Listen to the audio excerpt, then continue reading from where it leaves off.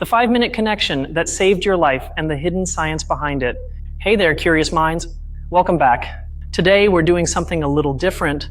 We're about to embark on a deep dive, a journey through 5 increasingly profound levels of understanding to unravel one of the most beautiful and everyday mysteries of our existence. We'll be talking about that fleeting moment, that 5-minute chat with a stranger, that shared smile, that small, unexpected helping hand that in some way changed your day or maybe even saved your life. And no, I'm not exaggerating. Because we could just scratch the surface and say, oh, how lovely, but that's not what we do here. We're going to dive deep to understand the why. What truly lies beneath that spark of human connection? What invisible mechanisms are activated in our brain and our biology? I promise you this, by the end of this journey, you'll never look at a casual chat the same way again. You'll understand the immense power that lies within those brief moments and, most importantly, how you can harness it. Level 1, the surface of the known. Let's start with something we've all felt. That warm sensation after your barista genuinely asks how you're doing. Or when you share a quick joke with the person helping you out at a store. It's, in essence, a small exchange of positive energy. A reminder that we're not alone in our bubble, that there are other human beings around us. Pretty simple stuff, right? Another aspect we all recognize is the feeling of being seen. When someone truly pays attention to you, even for just a couple of minutes, it validates you. You feel like you matter, that your presence in the world has been acknowledged. And this directly affects our behavior. A simple compliment from a coworker can make the rest of your afternoon more productive, kinder, more creative. It's like a mood booster switch someone else flips for us. The most universal example is this. You're walking down the street, problems swirling in your head, and you cross paths with a stranger. Your eyes meet, and instead of looking away, they offer you a small, honest smile. And you, almost without thinking, return it. In that split second, the weight of the world lifts a little. And a third basic fact is that these moments are incredibly memorable. You might forget what you had for lunch on Tuesday, but you'll very likely remember that older person who helped you pick up your things when you spilled them at the grocery store months ago. This instinct to connect so quickly has deep roots. It comes from our evolutionary history. For hundreds of thousands of years, our ancestors' survival depended on quickly evaluating a stranger. Imagine one of our ancestors on the savannah. They encounter an unknown group. In a matter of seconds, their brain had to process thousands of nonverbal cues to decide, are they friend or foe? Can I trust them? That primal need to create almost instantaneous bonds of trust to collaborate and survive is hardwired into our DNA. So what we feel today in a coffee shop is the echo of that ancient instinct. It's just the tip of a massive iceberg, the part everyone sees and recognizes. But if this is what we see on the surface, what secret mechanisms are driving it from beneath? Level 2, the hidden mechanisms. This is where things get truly fascinating. The first mechanism is chemical. When you have one of these positive interactions, your brain releases a rush of a neurohormone called oxytocin. This is a key revelation. Oxytocin is often called the hug hormone or the bonding molecule. It's the same one released between a mother and her child or between two lovers. And it turns out you don't need a Hollywood romance to get a dose. A kind and sincere 5-minute chat is enough for your brain to produce it. Now, this knowledge has a dual application. On the opportunity side, you can use it consciously. Knowing that you can trigger a positive chemical reaction in both yourself and another person gives you a powerful tool to improve your interactions and your environment. A specific example. The next time someone gives you great service, instead of a simple, thank you, pause for a second, look them in the eyes and tell them why you appreciate their work. You've actively created an oxytocin-releasing moment for both of you. You've literally upgraded the universe on a biochemical level. But here's the flip side, the warning. This very same mechanism can be exploited. Scammers and manipulators are masters at creating a false sense of rapid connection to lower your defenses. Think of those high-pressure sales calls where the person constantly uses your name, gives you compliments, and seems like your best friend in 2 minutes. They're trying to hijack your oxytocin system so you trust them without any real basis. Recognizing this protects you. Now let's talk about a process governed by an invisible biological law. Researchers like Barbara Fredrickson call it positivity resonance. The rule is this: when two people share a positive emotion, their bodies actually begin to synchronize. Their heart rates fall into sync, their brain waves align, even facial gestures are unconsciously imitated. It's a kind of biological dance. This happens constantly. When you laugh at the same silly joke with the delivery driver, for an instant, your bodies are literally in sync. It's not a metaphor, it's physiology. It's a real measurable connection. Beneath all this, there's an internal structure in our brain, a mental shortcut, and sometimes that shortcut can play tricks on us. Let's talk about a cognitive bias. It's called the halo effect. It occurs when our first positive impression of a person in one area, like their kindness in a 5-minute chat, makes us assume they are intelligent, competent, and honest in all other areas. Think of the halo effect as a factory error in our brain. It's an energy-saving system.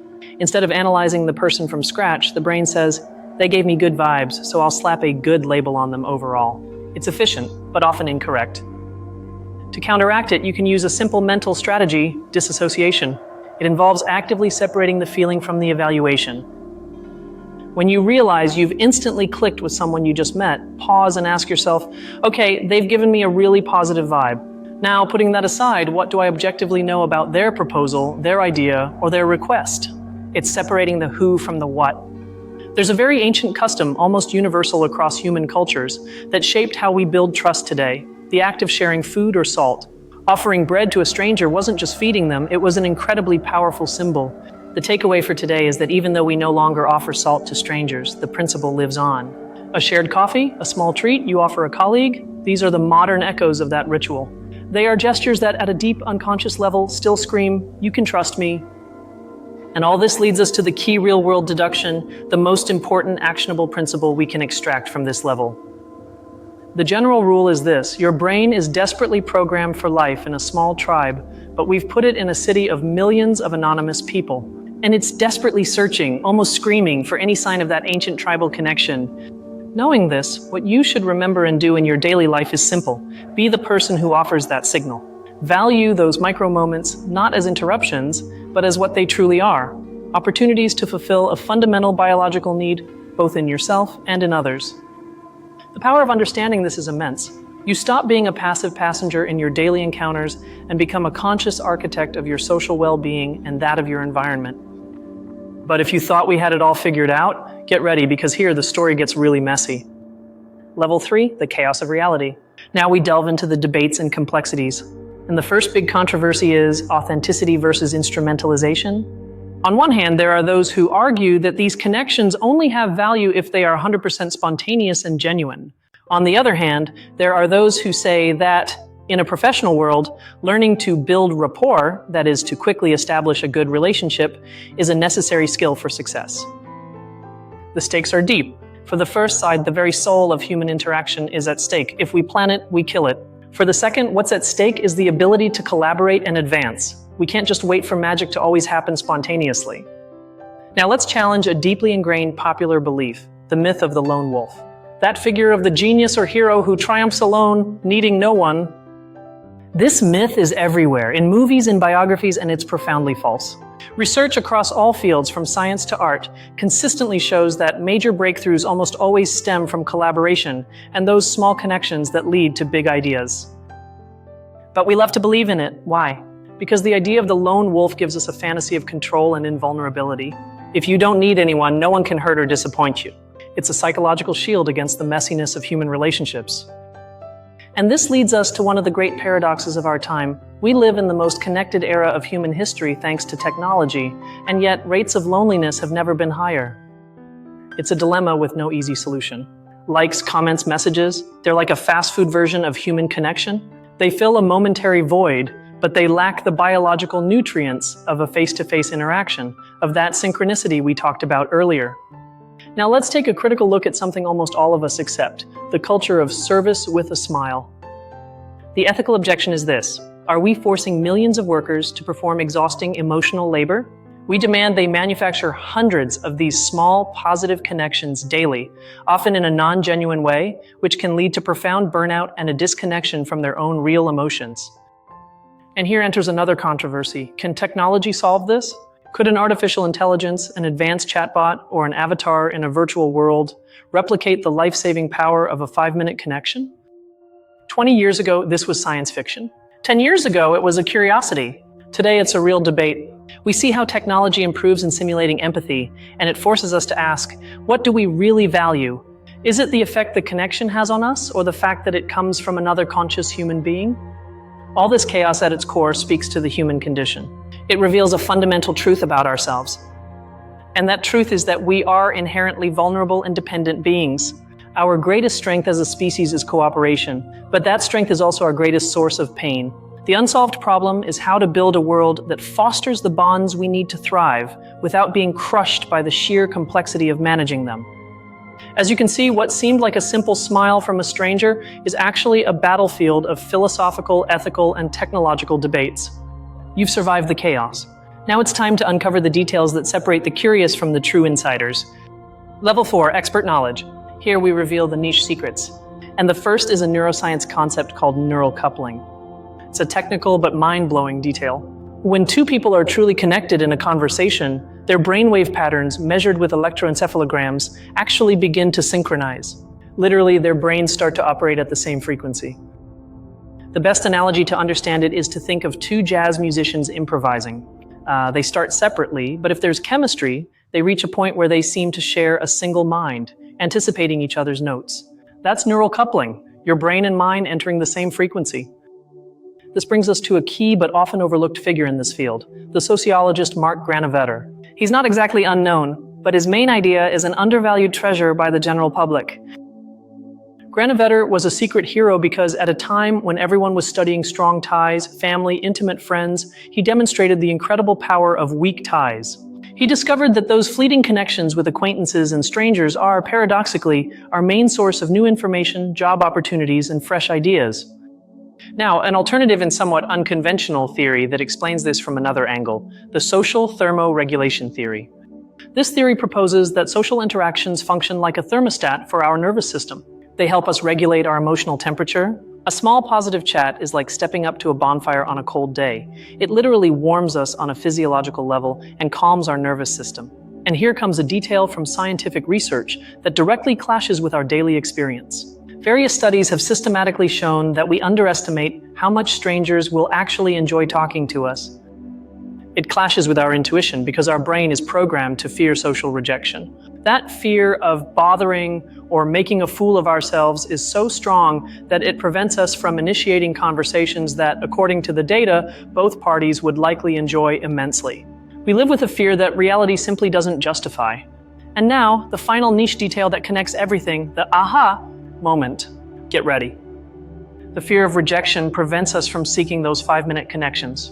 By avoiding them, we miss the opportunity to experience neural coupling and biological synchronicity.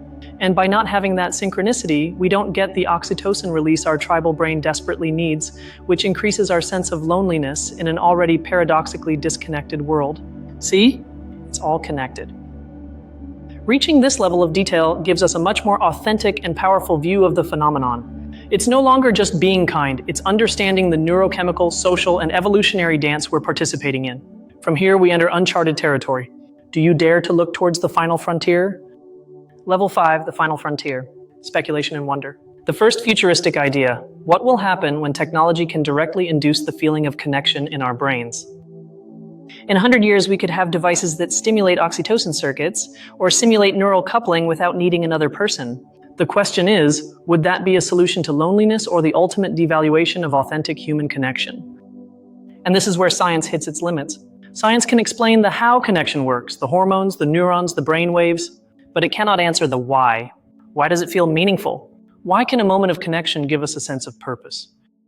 When science exhausts its answers, philosophy takes over, and it allows us to ask much more mind-bending questions. Here's a philosophical implication that will blow your mind. Perhaps, just perhaps, consciousness isn't something that resides solely within your skull. Perhaps consciousness is a relational phenomenon, something that emerges between people when they connect. In that sense, that 5-minute encounter wasn't just a meeting of two minds, it was the momentary creation of a shared mind. If we take this to the future of humanity, the implications are enormous. Our biggest problems, political polarization, environmental crises, wars, are at their root crises of disconnection. Mastering the art of connection on a global scale, the ability to see the other not as a category, but as a human being with whom we can synchronize, might be the only key skill that ensures our survival as a species. And here's the final idea, the most provocative statement of this journey. Maybe that 5-minute connection didn't just save your day. Perhaps in that instant, two human beings created a small, miraculous pocket of order, meaning and empathy in a universe that naturally trends towards chaos and isolation. Perhaps for 5 minutes, you helped save the universe from itself. Our descent is over. We've reached the bottom. Now, for a moment, simply contemplate the full picture. From a simple smile to the purpose of the cosmos. Remember that at the beginning of this journey, we talked about something as simple and familiar as the warm feeling you get from a chat with your barista. It seemed like something small, almost trivial, a pleasant detail on the canvas of a busy day. Now contrast that initial idea directly with the last one we explored, the idea that in that very instant, your brain and theirs synchronized, your bodies danced to the same biological rhythm, and together you created an island of meaning in an ocean of cosmic chaos. We've gone from a social courtesy to an act of reality creation. That and nothing less is the transformation of knowledge we've just experienced together. You've seen the hidden mechanisms behind everyday magic. What idea from this entire journey has impacted you the most? What thought has kept resonating in your mind? I want to sincerely thank you for spending your time and attention exploring these ideas with me. I'd love to read your thoughts in the comments. Share that 5-minute connection you remember, or simply the idea that surprised you the most. If this kind of deep dive is what you're looking for, subscribe so you don't miss the next descent. And if you think someone else's mind could be blown by this, share the video with them. As always, stay curious, keep questioning, and now more than ever, keep connecting. Who will you choose to synchronize your universe with today?